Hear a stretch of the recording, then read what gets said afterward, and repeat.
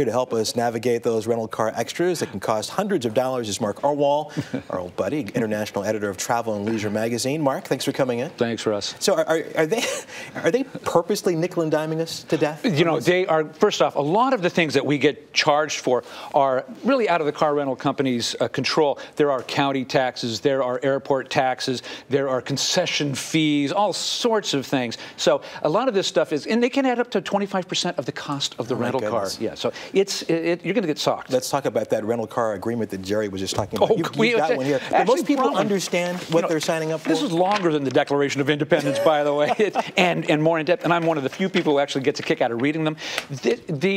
You are really reliant on the person behind the counter to sort of explain to you, because who's going to sit down and spend an hour reading this? Right. And yeah, but you have to be careful, because you're talking about a lot of money involved here. Well, let's talk about some of the things that we do have control over. Rental insurance. Should you always take the rental insurance or always decline it? Well, there's no always involved. It's in your own personal situation. If you have a car and you have personal car insurance, the chances are pretty good that you have a clause in there that's going to cover you if you rent a car. Talk to your car insurer to be sure. Also, if you do have, unlike what Jerry was saying, if you do have a premium level card, like a gold card or a platinum charge card, those will often cover you as well, but check with your card issuer. Don't buy unnecessary insurance. It can be $20 or more a day. So there's no minimum amount of insurance you should buy on these. Just check with your card company, check with their If you're covered, then you're covered. You don't need to buy extra insurance. Okay, when you're at the counter, they're offering you all these things. Is it kind of like being at the movies when they say, you know, for 50 cents more, you can have a medium? Yeah, they do. Are they pressured to do these things? Yeah, you do get the high pressure sell, and they can sometimes even scare you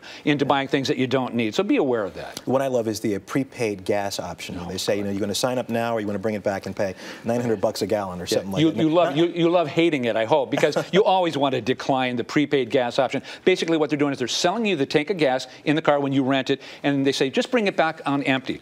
It's impossible to do. Unless you can coast in on fumes, you're going to have some gas in that tank. And at $4 a gallon, you're giving that gas back to them as a gift. I can't afford to do that. I'm not that generous. I don't think most people are. Fill it up yourself. Yeah, what company charges $9 a gallon? Well, how do they do that? Well, look, I mean, they can charge whatever they want to fill. If you don't bring it back with a full tank of gas, then they're going to fill it up. They're going to charge you $9 a gallon and hit you on your credit card with it. Right. So stop by a gas station about 2 or 3 miles away from the airport, not right next to the airport. They have higher prices there. Fill it up yourself and save yourself the money. The damage form that many rental companies make you sign before you're driving the car out. How do you handle that? All right. Do walk around the car. Make sure that you notice any dings, any scratches, a crack in the tail light, anything, and mark it down on the form they're going to give you. Also, I'll always take a picture. This is my BlackBerry. If you have a digital camera, a smartphone, take a picture of all 4 sides of the car before you leave, and also when you drop it off, just to make sure that you have proof that if the car gets damaged after you drop it off, nobody can say you did it. You've got photographic proof. So you got to watch out for yourself, Russ. That's the bottom line here. $9 a gallon. Too much. Well, thanks a lot, Mark. Well, we appreciate your advice, as always.